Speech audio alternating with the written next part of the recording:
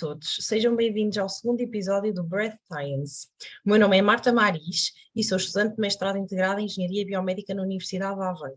E tenho o prazer de estar acompanhada pela professora Sílvia, que é investigadora do IETA, Instituto de Engenharia Eletrónica e Informática de Aveiro, docente da ESUA, Escola Superior de Saúde da Universidade de Aveiro, coordenadora do programa Erasmus e pivô para a área de internacionalização da ESUA, que aceitou o nosso convite para me acompanhar neste segundo episódio do podcast da MBS da Universidade de Aveiro. Primeiro de tudo, muito obrigada por ter aceito este desafio. Qual o seu departamento de trabalho e quais as suas áreas de investigação? Bom dia a todos. O meu departamento de trabalho é a Escola Superior de Saúde, como a Marta disse muito bem, da Universidade de Aveiro, onde ingressei como docente em 2005, na altura em que eu estava a trabalhar no meu doutoramento. Sou italiana, de origem, e estudei Engenharia Eletrónica, no ramo de Sistemas e Análise de Dados na Universidade de Pádua. Depois fiz um curso europeu de especialização de 1 ano em Engenharia Biomédica, ocorreu na Grécia, na Universidade de Patras, e depois vim para Portugal, onde ingressei, tive uma bolsa, 2, depois ingressei no mestrado em Eletrónica e Telecomunicações, e por fim no doutoramento em Engenharia Eletrotécnica na Universidade de Aveiro. Desde que cheguei a Portugal, quase exclusivamente tenho trabalhado, em termos de investigação, na área da imagem médica e também na área da docência, na verdade, e a minha área de investigação preferida é a área de processamento de imagem médica, especificamente. As dissertações de mestrado e de doutoramento tinham a ver com a reconstrução tomográfica, no caso do mestrado em SPECT, e no caso do doutoramento em CT, tomografia cardiotorácica, tendo sido explorados métodos de simulação na aquisição e na reconstrução sincronizadas com o batimento cardíaco e a respiração.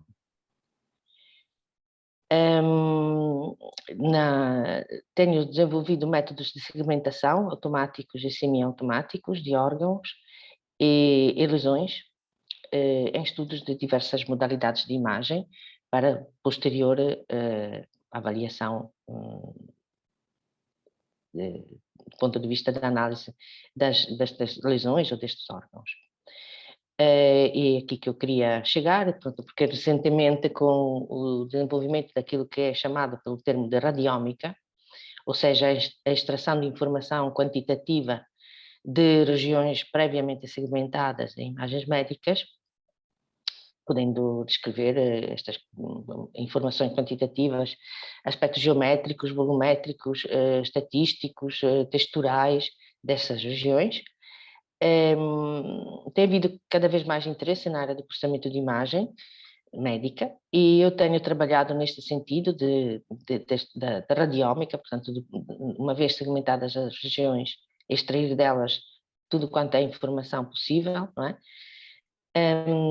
Quer nos projetos que tenho orientado, quer noutras, de mestrado, dizemos, e noutras áreas. Depois, outro aspecto que tem vindo a alterar muito a área da investigação na imagem médica é a aplicação de métodos de machine learning a várias tarefas de análise da imagem, desde a segmentação, a detecção, a classificação e também ainda a aplicação de métodos de machine learning à própria reconstrução tomográfica e a outras tarefas de processamento, que tem levado a uma explosão de projetos e publicações em todo o mundo sobre esta área. Se fizesse uma pesquisa na Scopus ou em qualquer outra base de dados, juntando termos de pesquisa da área da imagem e da machine learning, veem que nos últimos 3 anos há uma quantidade enorme de publicações nesta área. E, portanto, acabou esta novidade, dizemos, que surgiu nos últimos anos, por dominar a investigação na área do processamento de imagem.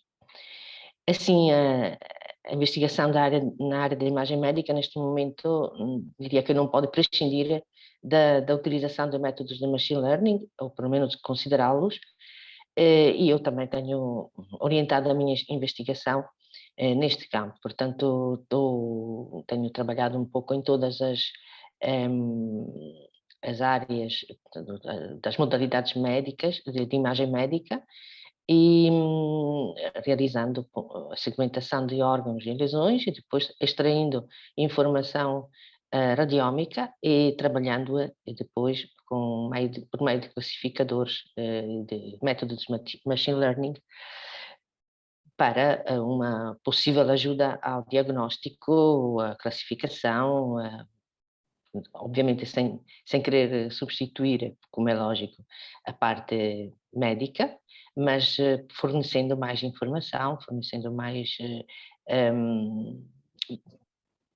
informação e dicas, dizemos, para o diagnóstico, para o prognóstico, etc. Vamos passar à próxima pergunta. Na sua opinião, que impacto os engenheiros biomédicos poderão ter na sua área? Bem, a área da imagem médica é uma área extremamente tecnológica, tem tecnologia de ponta em todos os aspectos, desde o hardware até o software, ok? E, portanto, os engenheiros biomédicos podem ter um impacto muito grande nesta área. Como é que eles se diferenciam dos outros engenheiros, por exemplo, eletrónicos ou informáticos, que também podem trabalhar nesta área? Eu diria que um engenheiro biomédico deve, se for bem preparado, naturalmente deverá ter adquirido ao longo da sua preparação uma certa sensibilidade e para além das competências técnicas, uma certa sensibilidade e interesse para as aplicações clínicas, podendo assim ser uma ponte e aprender também a linguagem de clínica, não é? Saber compreender aquilo que é um desafio, por exemplo, para um médico, perceber porque é que é um problema, perceber o que é que ele poderá precisar, o que faz sentido, porque muitas vezes, também em termos de investigação, na área da engenharia tenta-se fazer, tentar dar respostas a questões que se calhar na parte da prática não são assim tão importantes. É preciso ouvir na parte da prática clínica ou da investigação na área médica qual é efetivamente a necessidade. E, portanto, é preciso criar essa linguagem e essa capacidade de entender de forma a ser uma espécie de ponte. Portanto, eu vejo o engenheiro biomédico como uma espécie de ponte entre a área tecnológica e a área clínica, devendo ele ter uma sensibilidade, para além das competências técnicas, uma sensibilidade especial para esta área e saber entender a linguagem e também saber explicar, sugerir soluções e explicar aos clínicos a vantagem destas soluções encontradas, porque às vezes são postas numa gaveta também, acontece, e porque não são entendidas, não se entende bem a utilidade delas, não é?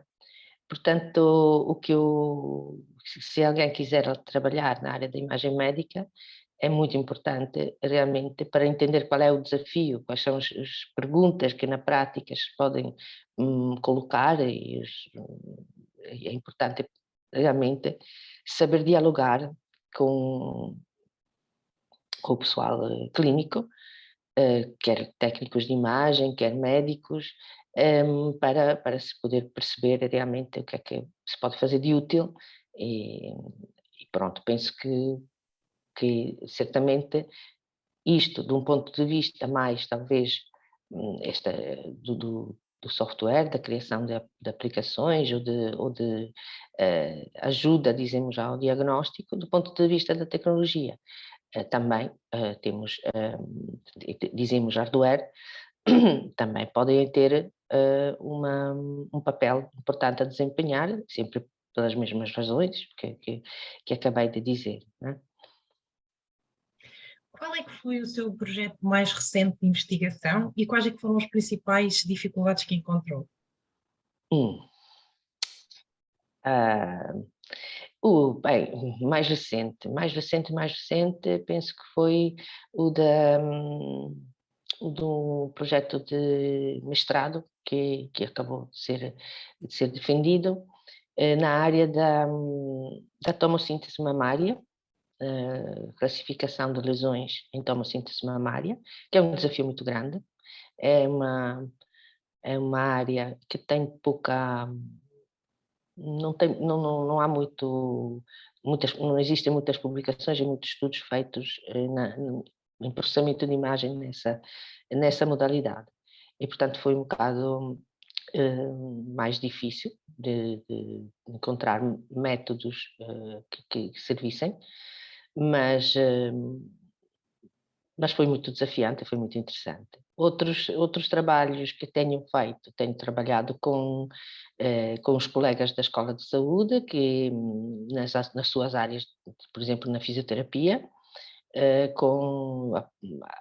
pronto, fornecendo as minhas competências no âmbito do processamento de imagem para ajudar a contribuir a aprofundar os conhecimentos, por exemplo, em determinadas condições respiratórias com que eles trabalham, em termos de fisioterapia respiratória, para monitorizar o melhor diagnóstico, perceber o que é que acontece durante, por exemplo, uma exacerbação em a doença pulmonar obstrutiva crónica, etc.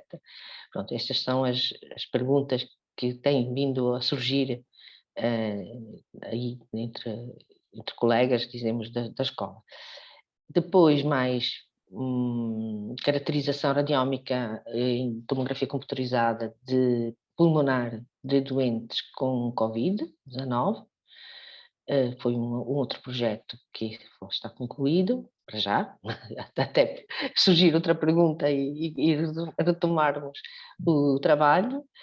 E outro, a detecção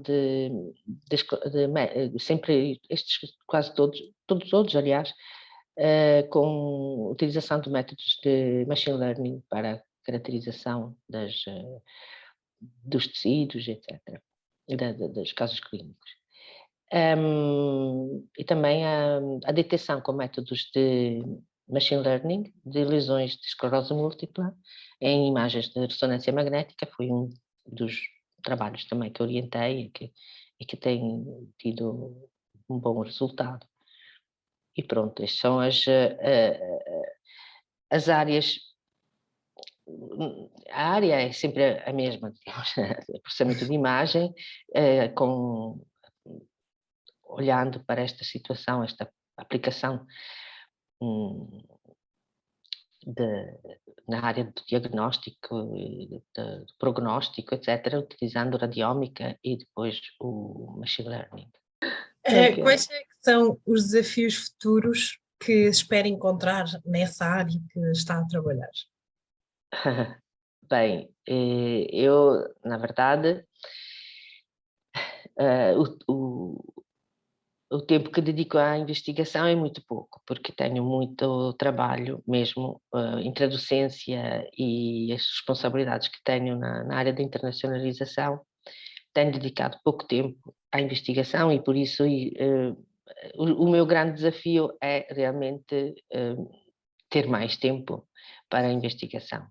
E o meu objetivo neste momento é aprofundar as minhas competências na aplicação de métodos de machine learning na área da imagem médica, que acho que é absolutamente essencial na investigação nesta área, mas é preciso dedicar algum tempo e algum esforço para perceber melhor do que é que estamos a falar e como aplicar estas técnicas de uma forma não diria útil, mas da forma mais correta também, porque de maneira a tirar partido desta nova tecnologia, destas novas metodologias. Ok, muito obrigada pela sua presença, professora Silvia. Foi um gosto conhecê-la e aprender um pouco mais consigo. Desejo-lhe muito sucesso profissional e até um dia, Obrigada. espero eu. Obrigada. E aos nossos Obrigada a ouvintes, todos. muito obrigada por terem escolhido a nossa companhia e espero que tenham gostado deste pequeno momento e que tenham conseguido aprender um pouco mais sobre esta nova área em ascensão. E até ao próximo episódio.